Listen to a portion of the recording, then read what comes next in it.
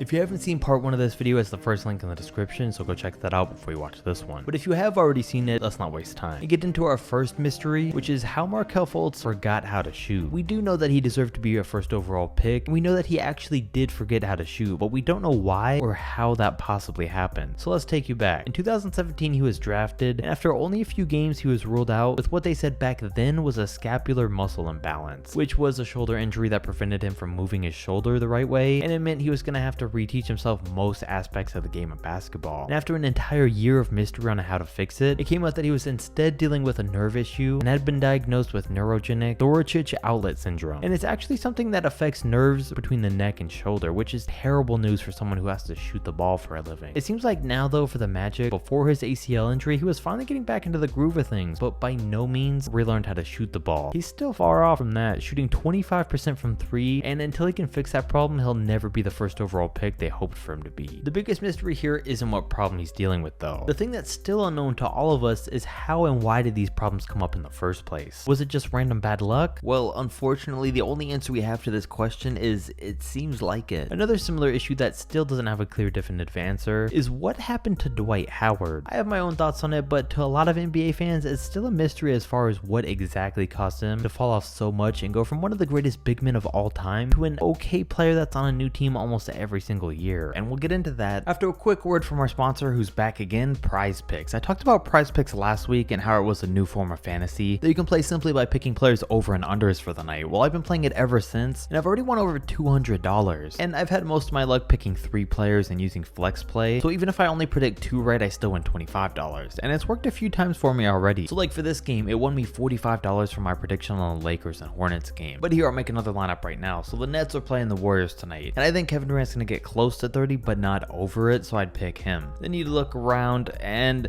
Tyrese Maxey and the 76ers are playing Utah, and against their defense, even though he's been playing great, I don't think he's going to get at least 16 points. Then we look through rebounds and assists, but we get to 3-pointers, and I know that the Warriors' next game is going to be pretty fast-paced, which I think is going to lead to a lot of transition threes for Curry, so I think he's going to get over 5. So I'll pick under for Kevin Durant, under for Tyrese Maxey, and over for Steph Curry. And I'm going to stick with flex play for a chance to win $45. So if you want to play Prize Picks too, make sure to use my promo code SWEAT for a 100% deposit match of up to $100. Just click on my link in the description down below. Shout out to them. Now back to the video. So it starts in Orlando. We know he was an MVP candidate every season, 3-time defensive player of the year and a dominant force. But when you look at his game, he was a super athlete, a great rebounder, a great shot blocker, but didn't really have a ton of offense. And his post game was always pretty non-existent. I mean, he only averaged 18 a game while in Orlando. So he has a serious back surgery, joins the Lakers, and is never the same player from there on out. He did make the All-Star team that year and did so in the next for Houston, but after that he just becomes a slightly above average center and gets worse and worse every year, with him now having been a bench player for the last 2. And this is such a sudden decline, but how could it happen the second that he leaves the Magic? Well, there's a bunch of theories, and I think it's a little bit of all of them combined. The first is his back surgery. A lot of people say he lost a ton of athleticism due to that. I have no doubt it definitely affected him in LA, but after that it didn't really ever come up. But I do believe that surgery did cost him some of his vertical leap and mobility. Then there was his attitude. He didn't get along with Kobe, didn't get along with James Harden, and his teammates on both the Hawks and the Hornets literally hated him. It wasn't until just recently when we stopped hearing stories about players not liking him. I mean, he's even gone on record and said that he doesn't have any friends in the NBA. And in that same conversation, people have always been critical of his attitude, his smiling, and his inability to take moments seriously. It was one of the main reasons that didn't work out with Kobe and Steve Nash. And I think that may have to do with why he never adjusted his game. 2009 was probably his best year, and as I mentioned in part 1 when talking about Roy Hibbert, the game almost completely changed pretty soon after that, where it was essential to have a stretch big man and a team where all 5 players were usually able to play in the perimeter, and everything just got a lot smaller and a lot faster. So it really ruled out a lot of players that couldn't keep up with the new style. And for even as great as Howard was, I think maybe he didn't have the work ethic to add on an outside shot to his game. Hibbert fell off because he was just too big and slow. No matter what he would have done, it wouldn't have really helped him. But Dwight had the agility to keep up, but his game just never adapted. And let's not say it's not possible, because a guy like Serge Ibaka, similar size, did fit so perfectly around those years. And we may never get a straight answer to this question of what happened to Dwight Howard exactly, but this was my best bet. Another one of the biggest mysteries in the NBA today has to do with the draft lottery. Now don't get me wrong, I think today there's absolutely no way the draft lottery is rigged. There's just way too many protocols and processes that someone or even the NBA would have to go through to rig it. So things like the Cavs winning 3 firsts in 4 years, LeBron and Derrick Rose ending up in their hometowns, I think those were just luck. But none of those protocols and regulations were in place back in 1985. Clearly. And this one has never been fully confirmed or denied, making it one of the bigger mysteries still surrounding the NBA. Now, I've always heard of this conspiracy and never really thought much of it, but that was until recently when I actually looked into it. And I gotta say, it's pretty convincing, so let me lay it out for you. 1985 was the first year of the draft lottery, and the first year it was ever put into place. And the NBA was trying to expand, but one of the largest market teams in the New York Knicks sucked. They finished with a 24-58 record in 1984, so that's why David Stern wanted to get them the first pick. He wanted Patrick Ewing to go there to make the NBA more popular. So the lottery begins, and they're gonna pull envelopes out of one of those spinning lottery things. Some people say the corner of the Knicks envelope was bent on purpose, others say it was frozen, and I don't think it was frozen because the corner wouldn't have been if it was. But watch this mustached man put the envelopes in. I think you can tell which envelope was the Knicks, the only one that he put in differently than the rest. He placed the others in, then just threw this one against the side. But who is this mustached man? Well, the NBA did the right thing and hired an auditing firm, Ernst & Whitney, to double check the process, to fill the envelopes themselves, and to make sure no cheating was going on. And this guy worked there. The only problem was that the auditing firm was owned by the owner of the New York Knicks. Even when asked about if it was rigged, Madison Square Garden president Jack Crump said, "Hey, I told him 60 days ago how to fix it. You call up Ernst & Whitney and say, if we don't get the pick, you're fired." Some say it's still an NBA mystery, but I think I have my answer. The next NBA mystery is one of the more common ones that you hear, and it's the belief that Michael Jordan's first retirement was actually a secret suspension by David Stern in the NBA due to his gambling addiction. And some people wholeheartedly believe in this one. I'll be honest, I don't. I'll lay out both sides of the argument though, and I want you to decide for yourself. So it's pretty much common knowledge that Michael Jordan had a serious gambling addiction throughout his career. And it makes sense. The most competitive person on the planet at the time got addicted to playing a game that was designed for you to lose. Here's a picture of him at 3 a.m. the night before a playoff game against the Knicks, which of course they lost. It also didn't help him that in the same year a $57,000 check was found by the IRS in the bank account of a dealer, and a $100,000 check was found in the briefcase of a bail bondsman, both of which he admitted that they were from gambling. Jordan wasn't going broke anytime soon, so it's not like he had any debts that he couldn't pay back, and he wasn't breaking any of the NBA's rules about gambling because it was allowed as long as you didn't directly impact an NBA game. But at the time, he was giving the NBA a bad look with all this stuff coming out. All of this was coming out from their superstar, and it wasn't doing them any favors, and it only added on to the fire of the conspiracy that when he was giving his retirement speech, he talked about how he was definitely gonna miss the NBA and would come back one day only if David Stern would let him. Now, why wouldn't the commissioner allow the best player and most profitable player in NBA history back in the league for any reason? And why would he have even had to ask him? Now, the reason I don't believe this is because his father had just passed away. He was truly hurt by it, and he wanted to play baseball to honor him, and on top of that, he never even kicked his gambling addiction. I will say though that the bad stories of money being found with his name on it did pretty much stop after his first retirement. But I mean, addiction or not, the NBA was way better off with Michael Jordan. So would the league really go as far as to suspend him? But that's my take on it. Comment down below what yours is. Then our last mystery that I came up with is I just want to know how Karl Malone's not canceled. If you know anything about his past, it's pretty terrible, and it all came to light during his actual NBA career. To be honest though, the NBA doesn't really discipline or care at all about players' personal lives. A lot of scandals have come out during players' actual careers, and they've done nothing about it. We've seen and heard about a ton of scandals over the years from players, or about bad things they've done in their off-court lives. And there's really no consequences because they try to do their best at separating who these players are as people and who they are as basketball players. I don't like the idea of going and canceling players or anything, and people getting canceled didn't happen at all in the 80s when all of Malone's secret past had come out anyways. All I'm saying is I'm just surprised that we can see a guy like Tim Hardaway not make the Hall of Fame for saying some pretty bad things, but that Karl Malone's past isn't really talked about, and the fact that he's still kind of associated with the league. I mean, in the grand scheme of things, he really doesn't do too much with them, and this is probably why, but you do see him around every so often, and not too many other players have a past as bad as he does. So the whole thing's a big mystery to me. Is there any I missed? Comment down below and let me know.